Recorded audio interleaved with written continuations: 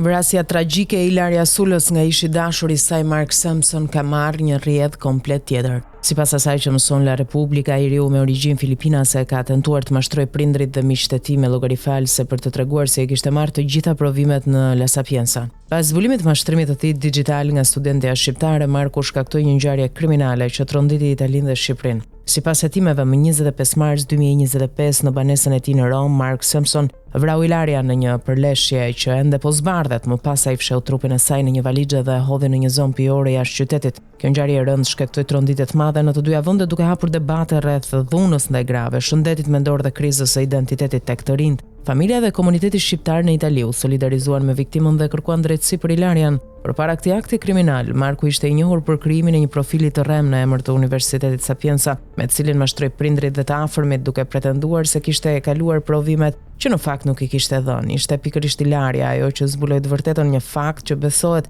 se nxiti tensionet mes tyre. Aktualisht autoritetet italiane kanë nisur një hetim të plotë ndërsa Mark Sampson ndodhet në arrest. Ngjarja ka shtuar vëmendjen mbi pasojat psikologjike dhe sociale të presionit akademik dhe manipulimit digjital.